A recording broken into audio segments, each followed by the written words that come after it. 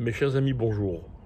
Alors avec ce magnifique soleil, ce ciel de Jérusalem et l'entrée du Shabbat imminente, on est vraiment dans une atmosphère particulière. Donc je voulais partager avec vous une petite idée sur le début de la paracha qu'on va lire demain. En effet, la Torah raconte que Dieu dit à Moshe, va dire aux enfants d'Israël que je vais les faire sortir.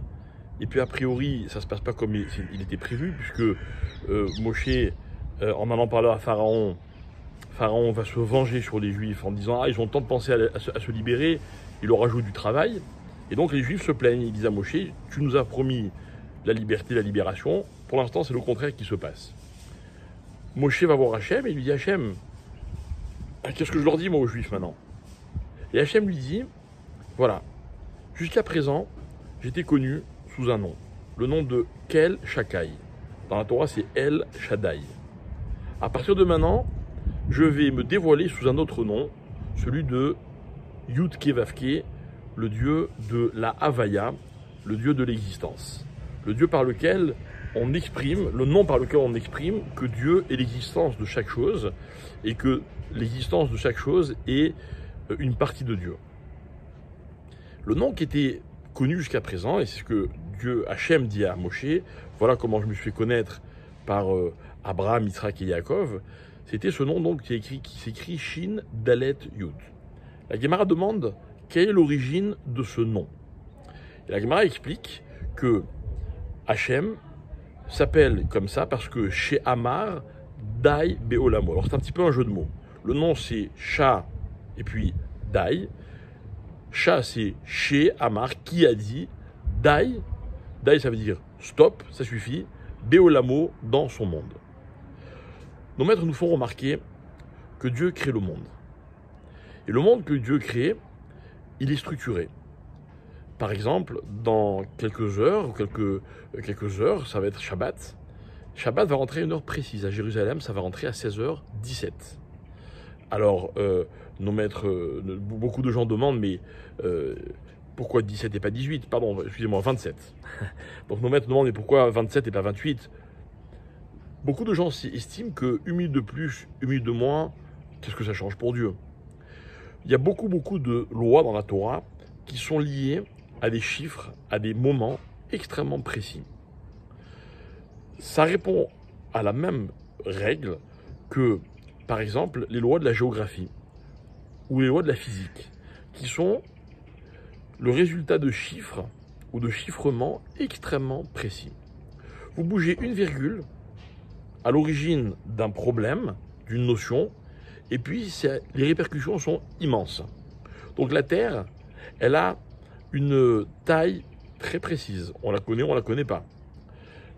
Il y a une certaine quantité d'eau. Il y a une certaine température dans l'atmosphère. Un peu plus, un peu moins, ça va avoir des conséquences qui sont absolument incalculables. Donc le monde de Dieu, c'est un monde limité. C'est un monde défini ou c'est un monde structuré. Pourtant Dieu est infini. Alors nos maîtres nous font remarquer qu'en fait la force de Dieu, c'est pas d'avoir créé le monde, c'est d'avoir su s'arrêter dans la création. Vous savez, quand on est doué de quelque chose, on aime abuser de notre don. Vous avez des facultés, vous avez des capacités, vous aimez ceci, vous aimez cela. On aime toujours aller au maximum de ce qu'on peut faire. La sagesse, l'intelligence, c'est souvent de savoir s'arrêter. Commencer, c'est difficile. S'arrêter, c'est encore plus difficile. La grandeur de Dieu, c'est qu'au moment où Dieu crée le monde, il dit « dai » dans sa création. Il sait arrêter, il sait limiter les choses. Résultat, l'homme, il se retrouve dans un monde dans lequel il arrive à se repérer. Parce que justement, le monde fonctionne selon des chiffres et il y a une limite. L'infini n'existe pas dans ce monde. Ça va représenter un certain nombre de dangers. Par exemple, le chiffre minimum, par rapport à l'infini, il est ridicule. On ne le prendra pas en compte. Ça veut dire que le minimum n'a pas de valeur. Ça, c'est par rapport à l'infini. Dans un monde qui n'est pas infini, même le minimum a une valeur. Si par exemple je vous dis, je ne sais pas moi, tel objet ou tel plaisir, bah, il est ridicule parce que finalement, quand on lui donne sa vraie place dans la vie, c'est pas si important. Alors vous pourrez me répondre, mais non, c'est très important. C'est très important parce qu'on est dans un monde limité. Donc même le plus petit des chiffres a une importance. Mais dans l'infini, le minimum se perd. Et en fait, si on voit Dieu dans sa dimension infinie, on va relativiser sur l'importance de certaines choses.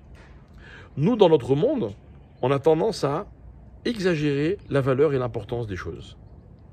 Ça, on le sait grâce à ce nom de Dieu qui s'appelle Dai. Dai, Shaddai, m'apprend la grandeur de Dieu parce qu'il a su s'arrêter, donc je dois m'en inspirer. Et il m'apprend la valeur des choses parce que les choses sont à mesurer par rapport à l'infini et non pas par rapport au monde tel que Dieu l'a créé pour l'homme. Et ce qui est très beau, c'est que lorsque la Torah me demande une mitzvah, c'est Dieu qui me la demande. Il me la demande à l'intérieur de l'infini, c'est-à-dire qu'il lui donne une importance même dans l'infini.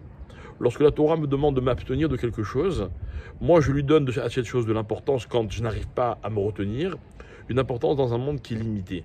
Alors que finalement dans un monde qui est illimité, elle n'aurait aucune importance.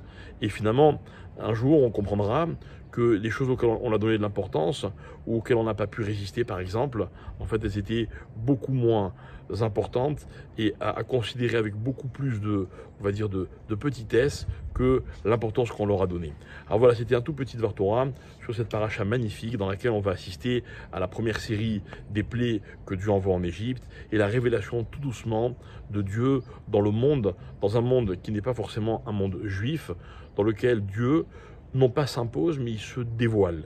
Et ce dévoilement de Dieu, c'est l'histoire de cette paracha, c'est l'histoire de la sortie d'Égypte, qu'on entame, qu'on lit en ce moment dans la Torah, et qu'on aura le plaisir de découvrir et de redécouvrir jusqu'à la fête de Pessah. Mais d'ici là, nous avons le temps d'en reparler. Je vous souhaite à tous Shabbat Shalom.